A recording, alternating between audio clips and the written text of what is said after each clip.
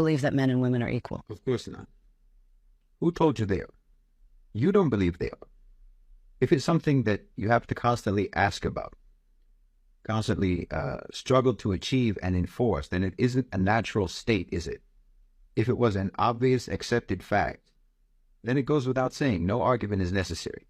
No one ever says, do you believe that men and women both have arms and legs? No one ever says, do you believe that both men and women breathe oxygen? But you ask, are they equal? Or do I think that they're equal? Do I believe that they're equal?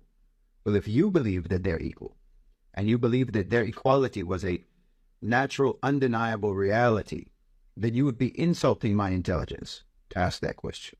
Just as you would be insulting my intelligence if you ask me, Shahid, do you believe that both men and women have arms and legs and breathe air? But you're not actually asking me if men and women are equal. You're asking if I believe that they're equal, which means that you're asking me if I believe in your concept of equality. Well, I don't.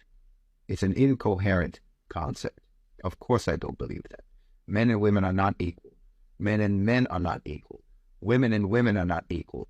Individuals are not equal. How can collections of individuals be equal with collections of other individuals? That's illogical. It doesn't make any sense. Are you equal with your boss? If so, then why is he or she your boss instead of you? I'm not equal to another man who's stronger than me, who's smarter than me. I'm not equal to him in strength, and I'm not equal to him in intelligence. I'm not equal to a man who's richer than me in wealth. I'm not equal to a man who has a higher status in society than me. There are things that I can't understand no matter how hard I try, and there's other people who can understand those same things effortlessly. There may be things that I cannot understand, and a woman is able to understand it instantly. Or maybe there's something that I can do that a woman cannot do. So how are you going to extrapolate from those examples or those scenarios that therefore, because Shahid can do something that a woman can't, or a woman can do something that Shahid can't, therefore that means that this gender is superior to that gender, or vice versa. Now, you created a concept that is inconsistent, does not align with human reality or human complexity. And you invented that concept because your culture has historically been abominable towards women. The West has never known what to do about women. You went back and forth for centuries trying to decide if women were goddesses or witches, tools of the devil, the cause of original sin. You used to wonder whether or not women even had souls. There's never been any people on the face of the earth so confused and twisted up about women as the West.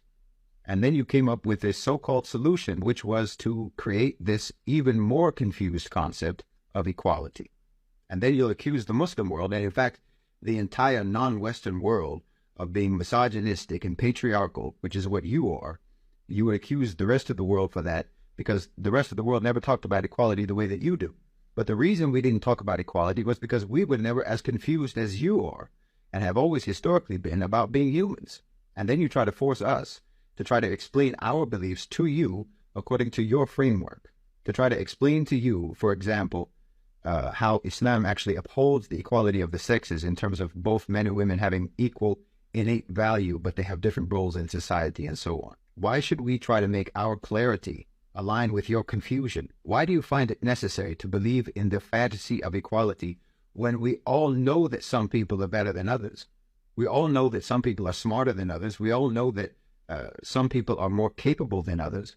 And if that's the case, and it is the case, then subhanAllah, I hope that we're not all born equal, because that would be a severe indictment against anyone and everyone who fails in their life to become an astronaut, or to become a brain surgeon, or to become a brilliant writer or an artist.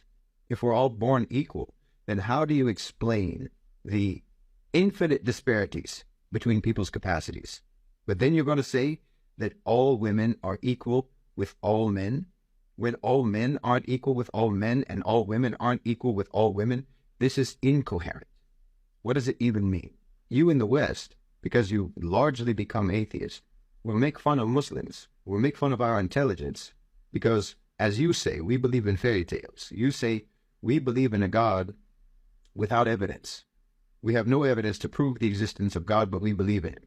Meanwhile, you invent a concept, this concept of equality, and treat it as sacred, and you believe in it religiously, with religious devotion, and you demand that everyone believes in it, and no one can dare doubt the reality and the holy truth of the concept of equality, even though all evidence that you are exposed to on a daily basis disproves that concept. So you'll make fun of us and you'll look down on us and you'll insult our intelligence for believing in something that you say we don't have any proof for. Meanwhile, you're believing in something for which all of the proof that exists disproves it. You see how incoherent your thinking processes are?